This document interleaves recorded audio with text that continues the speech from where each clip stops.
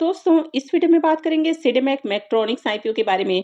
तो जानेंगे कि कंपनी का बिजनेस कैसा है, इसके फाइनेंशियल कैसे हैं, कि ग्रे मार्केट में कैसी डिमांड है, आईपीओ में अप्लाई करना चाहिए या फिर नहीं करना चाहिए। वैसे वीडियो शुरू करने से पहले मैं बता दूं, वीडियो सिर्फ और सिर्फ इन्फॉर्मेशन और एजुकेशन के पॉइंट ऑफ व्यू से बनाई जा रही है। तो कहीं भी इन्वेस्टमेंट से पहले अपनी खुद की एनालिसिस करें और अपने फाइनेंशियल एडवाइजर से कंसल्ट करना बिल्कुल ना भूलें। तो इससे पहले कि मैं वीडियो को शुरू करूं, अगर आप इस चैनल पर पहली बार विजिट कर रहे हैं या फिर आपने चैनल अब तक सब्सक्राइब नहीं किया है, तो चैनल को सब्सक्राइब कर लें और वीडियो को भी लाइक कर दें। सबसे पहले कंपनी के बिजनेस के बारे में बात करें तो कंपनी 2007 में इनकॉर्पोरेट हुई है और ये एक पुणे बेस्ड टेक्नोलॉजी कंपनी है जो कि कंट्रोलिंग से रिलेटेड जो भी सिस्टम है तो उसके ऊपर काम करती है। यानी कि कंट्रोल रिलेटेड जो भी मैन्युफैक्चरिंग है वो करने का काम करती है। तो company power train controller, motor control product, integrated system generator solutions, तो इस तरह के जो भी प्रोडक्ट है तो इनकी डिजाइनिंग और मैन्युफैक्चरिंग करती है। यानी कि कंपनी ऑटोमोटिव और इंडस्ट्रियल एप्लीकेशंस में यूज होने वाले प्रोडक्ट बनाती है। इस कंपनी का लगातार इनोवेशंस के ऊपर फोकस है और कंपनी सेंसरलेस मोटर टेक्नोलॉजी के अंदर काम कर रही है। यानी कि जहां पर एक्सटर्नल सेंसर का यूज नहीं किया जाता है। यानी कि कंपनी इस तरह के जो प्रोडक्ट हैं कंपनी वो तैयार कर रही है और इनका यूज ओईएम कंपनियों के अंदर किया जाता है। तो company scalable electronic solutions offer कर रही है जो कि रिलायबल और एफिशिएंट होते हैं। और ये इंडिया के अंदर पहली कंपनी है जिसने sensorless communication based integrated starter generator EUS बनाया है और इनका यूज टू व्हीलर और थ्री व्हीलर में किया जाता है। तो बेसिकली ये एक ऐसी कंपनी है जो कि टेक्नोलॉजी से रिलेटेड काम करती है। तो इसके प्रोडक्ट का जो यूज़ है वो ऑटोमोटिव इंडस्ट्रीज के अंदर किया जाता है। इसके अलावा इंडस्ट्रियल एप्लीकेशंस, यानी कि जहाँ भी कंट्रोलिंग से रिलेटेड जो प्रोडक्ट होते हैं, यानी कि काफ़ी अलग अलग तरह के जो पैनल्स वगैरह हैं कंपनी वो बनाने का काम करती है। तो कंपनी के अगर बिजनेस के बारे में बात करें तो जैसा कि आपने देखा कि इंडिया के अंदर फर्स्ट कंपनी है जो कि सेंसरलेस टेक्नोलॉजी के अंदर काम कर रही है। और कंपनी न सिर्फ इंडिया के अंदर काम करती है बल्कि इंडिया से बाहर भी कंपनी अपने प्रोडक्ट सप्लाई करती है, जैसे कि यूरोप और अमेरिका में भी सप्लाई करती है। तो कंपनी के अगर बिजनेस को देखें तो बिजनेस अच्छा है और अपने सेक्टर की एक वन ऑफ द लीडर भी है। कंपनी के अगर फाइनेंशियल को देखें तो यहाँ पर फाइनेंशियल 23, 24 और 25 3 सालों का कंप्लीट फाइनेंशियल है और 26 के 3 क्वार्टर यानी कि 9 मंथ के फाइनेंशियल हैं। तो सबसे पहले कंपनी के अगर एसेट को देखें तो फाइनेंशियल 23 में एसेट इसका 331 करोड़ का है, 24 में बढ़ के 402 करोड़, 25 में 491 करोड़ और 26 के 3 क्वार्टर में 676 करोड़ का एसेट है। तो कंपनी का एसेट लगातार इंक्रीज हुआ है। अगर इनकम को देखें तो फाइनेंशियल 23 में 429 करोड़ का इनकम है जो कि 24 में बढ़ के 535 करोड़ और 25 में 662 करोड़ का हो चुका है। 26 के 3 क्वार्टर में 775 करोड़ का इनकम है। तो इनकम भी साल दर साल बढ़ा है। अब कंपनी के अगर प्रॉफिट को देखें तो फाइनेंशियल 23 में कंपनी का प्रॉफिट 8 करोड़ का है जो कि 24 में घट के 5 करोड़ हो जाता है। अब 25 में देखें तो फिर से कंपनी के प्रॉफिट में शानदार ग्रोथ है और कंपनी ने 47 करोड़ का प्रॉफिट जनरेट किया है और 26 के 3 क्वार्टर में ही देखें तो 71 साढ़े 71 करोड़ का प्रॉफिट है। तो कंपनी भी प्रॉफिटेबल है, कंपनी अच्छे प्रॉफिट भी जनरेट कर रही है। कंपनी का अगर इबिटा भी देखें तो इबिटा भी इसका साल दर साल बढ़ा है और नेटवर्थ को भी देखें तो नेटवर्थ भी लगातार इंक्रीज हुआ है। अब कंपनी के अगर रिजर्व को भी देखें तो इसका रिजर्व भी साल दर साल बढ़ते हुए देखने को मिला है।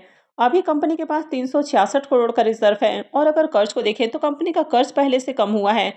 यानी कि 24 में कंपनी के ऊपर जहां 150 करोड़ का कर्ज था, 25 में देखें तो घट के 49 करोड़ और अभी कंपनी के पास 46 करोड़ का कर्ज है।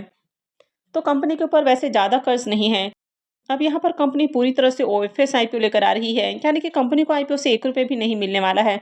तो इसलिए कर्ज का भी भुगतान नहीं होने वाला है और वैसे भी ज़्यादा कर्ज नहीं है। ओवरऑल फाइनेंशियल को भी देखें तो ओके ओके फाइनेंशियल है। अब अगर इसके आरओई को देखें तो इसका आरओई अच्छा है। आरओसी को भी देखें तो आरओसी भी शानदार है। डेट टू इक्विटी रेशियो 0.21 का है जो कि अभी 0.17 का है, यानी कि ज़्यादा कर्ज नहीं है। रिटर्न ऑन नेटवर्थ को भी देखें तो ये भी अट्रैक्टिव है। पैट मार्जिन देखें तो पैट मार्जिन भी ओके ओके है। ईबीटा मार्जिन भी अच्छा है। प्राइस टू बुक वैल्यू को देखें तो ये काफ़ी हाई है इसका, यानी कि वैल्यूएशंस हाई रखी गई है। आईपीओ के डिटेल्स को देखें तो आईपीओ 4 मार्च से ओपन हो रहा है और ये 6 मार्च को क्लोज होगा।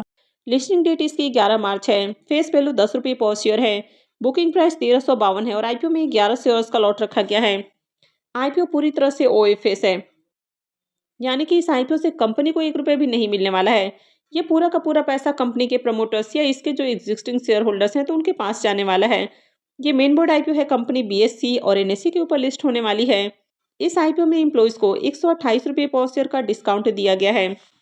आईपीओ के साइज को देखें तो आईपीओ 1087 करोड़ का है, यानी कि ज़्यादा बड़ा आईपीओ नहीं है। रिजर्वेशन पोर्शन को देखें तो इस आईपीओ में क्यूआईबीएस के लिए 50% का पोर्शन है, रिटेलर्स के लिए 35% और एचएनआईज के लिए 15% का पोर्शन रखा गया है। आईपीओ में 11 शेयर्स का लॉट होने वाला है और एक लॉट के ऊपर मिनिमम इन्वेस्टमेंट अमाउंट इसमें 14,872 रुपये है। अब इस आईपीओ में ईपीएस को देखें तो ईपीएस इसका 10.65 का है, तो ओके ईपीएस है। पी मल्टीपल 126.91 का है। तो पी वाइज देखें तो कंपनी काफ़ी एक्सपेंसिव प्राइस के ऊपर आईपीओ लेकर आ रही है। तो चलिए एक बार इसको इसके लिस्टेड पीयर कंपनियों से भी कंपेयर करके देख लेते हैं।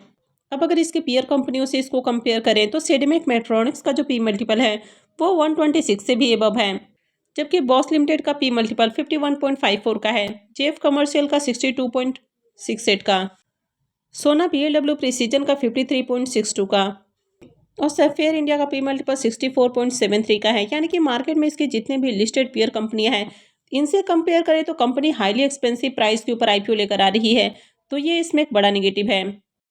ये कंपनी हाई पी के ऊपर आईपीओ लेकर आ रही है, वो भी ऐसे समय में जबकि मार्केट ऑलरेडी क्रैश कर रहा है, तो ये इसमें एक नेगेटिव है कि कंपनी हाई पी के ऊपर आईपीओ लेकर आ रही है। प्रमोटर्स की होल्डिंग 26.43% है, जो कि आगे और कम होने वाली है। कंपनी का मार्केट कैप 5,970 करोड़ का है, यानी कि स्मॉल कैप साइज की कंपनी है। आईपीओ के शेड्यूल को देखें तो आईपीओ 4 मार्च से यानी कि वेडनेसडे से ओपन हो रहा है और ये 6 मार्च को क्लोज होगा। अलॉटमेंट डेट इसकी 9 मार्च है, रिफंड डेट 10 मार्च, क्रेडिट डेट भी 10 मार्च है और आईपीओ की लिस्टिंग 11 मार्च को होने वाली है। अब अगर इसके प्रीमियम को देखें तो इसका प्रीमियम कंटिन्यू गिरते हुए देखने को मिल रहा है, यानी कि आज मॉर्निंग में प्रीमियम 11 रुपये के ऊपर ट्रेड कर रहा था, फिर 7 रुपये के ऊपर और अभी ये गिरकर 4 रुपये के ऊपर आ चुका है। आईपीओ में 11 शेयर्स का लॉट है, यानी कि एक लॉट से मात्र 44 रुपये प्रॉफिट की उम्मीद है। प्रीमियम को देखें तो प्रीमियम 0.5% से भी नीचे ट्रेड कर रहा है, यानी कि अभी मार्केट में देखें तो काफ़ी पैनिक सिचुएशंस है। यानी कि यूएस ईरान वॉर के चलते आज के दिन मार्केट क्रैश होती हुई देखने को मिला है, मार्केट में हेवी सेलिंग देखने को मिली। तो ऐसे में जब भी मार्केट क्रैश होता है तो जो भी आईपीओ आने वाले होते हैं या जो भी आईपीओ लिस्ट हो रहे होते हैं तो उनमें बढ़िया लिस्टिंग गेन नहीं बनता है और यही रीजन है कि इसका भी प्रीमियम डाउन है। अब जब मार्केट अच्छा रहता है तो आईपीओ की लिस्टिंग भी बढ़िया प्राइस के ऊपर हो जाती है। वहीं पर अगर मार्केट में पैनिक जैसी सिचुएशंस रहती है, मार्केट बेयरिश रहता है, तो चाहे कैसी भी कंपनियां आए उनकी लिस्टिंग कभी भी आपको बढ़िया देखने को नहीं मिलती है। तो इस तरह के माहौल में किसी भी आईपीओ में अप्लाई करना बहुत ज़्यादा रिस्की हो सकता है। अब अप्लाई करना है नहीं करना है तो ये आपका अपना डिसीजन होना चाहिए। आप इसमें क्या करेंगे कमेंट करके ज़रूर बताएं। आई होप आपको वीडियो अच्छी लगी होगी। तो अगर आपने वीडियो को लाइक नहीं किया है तो वीडियो को लाइक कर दें, चैनल को भी सब्सक्राइब करके रखें और वीडियो को अंत तक देखने के लिए आप सबका बहुत बहुत धन्यवाद।